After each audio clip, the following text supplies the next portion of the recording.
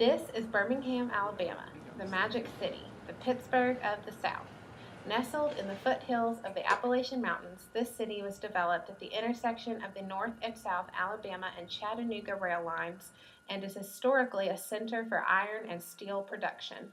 Birmingham remains today one of the largest producers of iron and steel in the country and is a central economic, transportation, and business hub for the state of Alabama. Located within Jefferson County, Birmingham proper has a population of almost 240,000 people and is the largest city in the state of Alabama in both population and area. Birmingham has much to offer to people from all walks of life. It has proven itself a wonderful place to visit, live, work, and play. But what about the areas of Birmingham that have been forgotten? How can Birmingham improve and encourage economic development? These are the type of questions we ask city officials in Birmingham.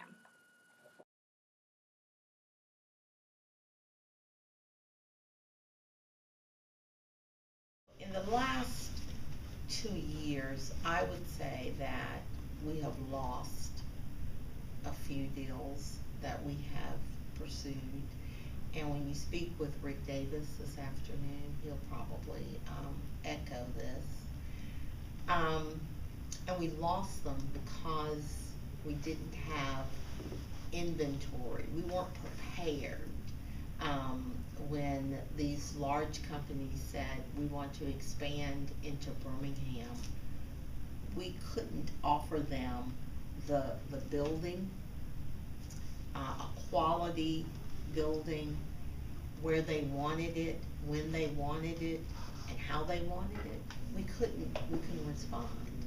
And so I would say that if I had my wish of something that I need more speculative, quality speculative buildings ready, so that when that great opportunity presents itself for the creation of 1,000 jobs, I'm not, trying to pedal fast to say, well, I'll build it for you.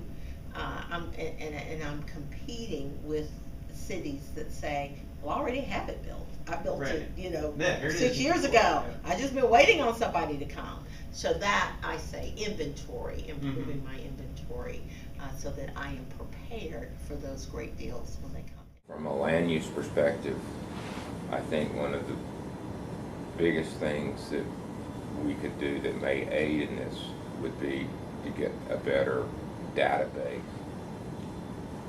Scores and scores and scores of properties that have commercial zoning, but I don't know how well other parties that market the city for economic development know where all the properties are.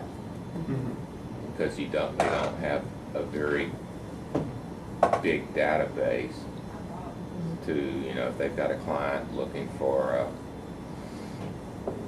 property with so many acres, or a building that's already there that may be industrial zone, and there's probably The really most important thing you want to do is prepare your infrastructure for growth. When a company comes here and they say to you or to your community, we need to have 28 acres of land, it needs to be rail served, we need to have access to the interstate transportation system, and it would really help us if all the utilities and everything was already installed in where this land is. Well, you need to have that land available for that. Some communities are willing to invest their money in themselves, and you do that by establishing industrial parks that are already set up and ready to go. You do that by establishing research parks that are set up, infrastructure's in, all you got to do is come in, buy the land, build the building, and tie into the utilities, and you're ready to go. That's what companies are looking for, because it shows those companies that this city is forward thinking, that they are prepared for what they want to accomplish, but the only way to accomplish that is to be prepared.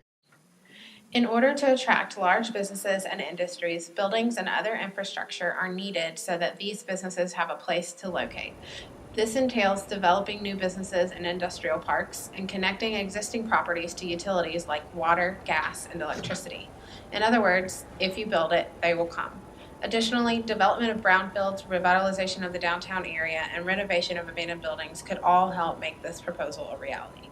In order to know where your existing infrastructure is and how it can improve, it is imperative to have an in-depth GIS database of available and potential commercial and industrial sites. This is the first step in preparing a city's infrastructure and land for incoming businesses and industries. Another area for us is biotechnology, but life sciences. That's a huge area for us, and that stems from the work that's being done at UAB. That's another area that is an area of focus for us, and we really want to do that. It is what we refer to as organic growth. That growth is growth that comes out of your own, what we call our innovation ecosystem. And so what we're trying to do is continue to nurture that ecosystem and put seeds in there where, and that's money, where we need to help grow some of these technologies and bring those out of the research that's being done. It's not just at UAB. There are other entities here that are doing research, and bring those technologies out of those places and turn them into products. Those products turn into companies, and those companies turn into jobs. Birmingham is home to a large amount of biomedical research, as well as a good number of highly ranked hospitals and medical institutions. Despite this, its biotechnology manufacturing sector is severely underdeveloped. Some biomedical manufacturing already takes place within the city, but makes up only a small percentage of its total manufacturing output. In order to correct this, our plan is to encourage the transformation of biotechnology research into biotechnology manufacturing. For example, when researchers at UAB develop the plans for a new prototype of prosthetic leg, it is in Birmingham's best interest for that product to actually be manufactured within the city. In order to encourage this transformation, we would offer tax incentives that make it worthwhile for biotechnology manufacturing companies to locate within Birmingham. Our workforce is not, it doesn't have the education it needs to take most of the jobs that are promising.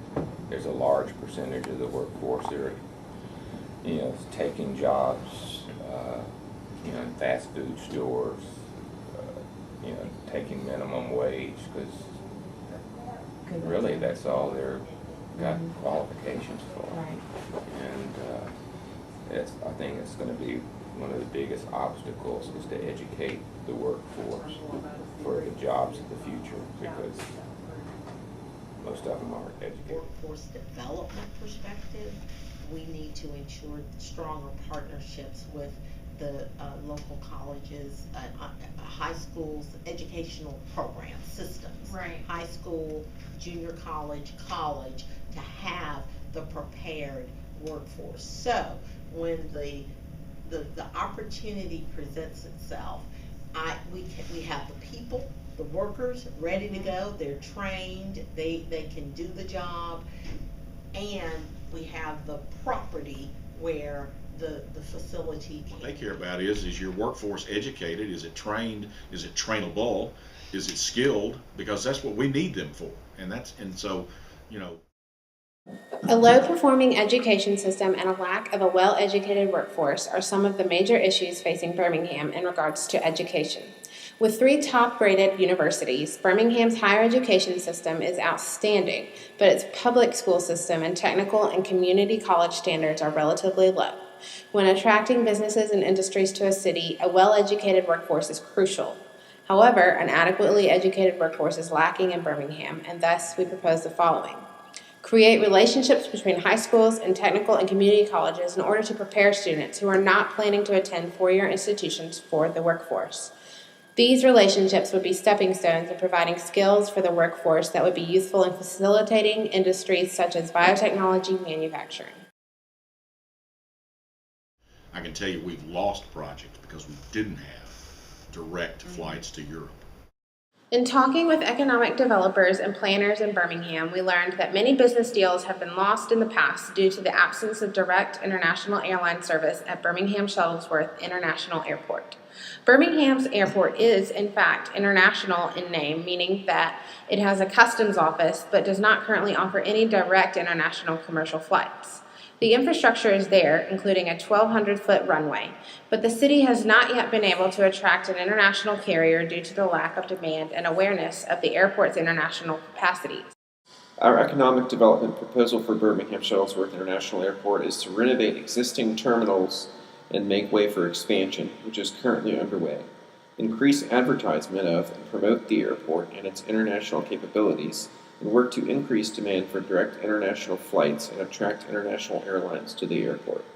These would all help make Birmingham more marketable and attractive to businesses and corporations looking to relocate to Birmingham. This economic development plan is a result of our experiences in Birmingham, talking to economic developers, and thinking about topics we have discussed in class. While there are many areas where Birmingham could improve, the 4 proposals we presented seemed most relevant. To us, these plans are attainable and in Birmingham's best interest.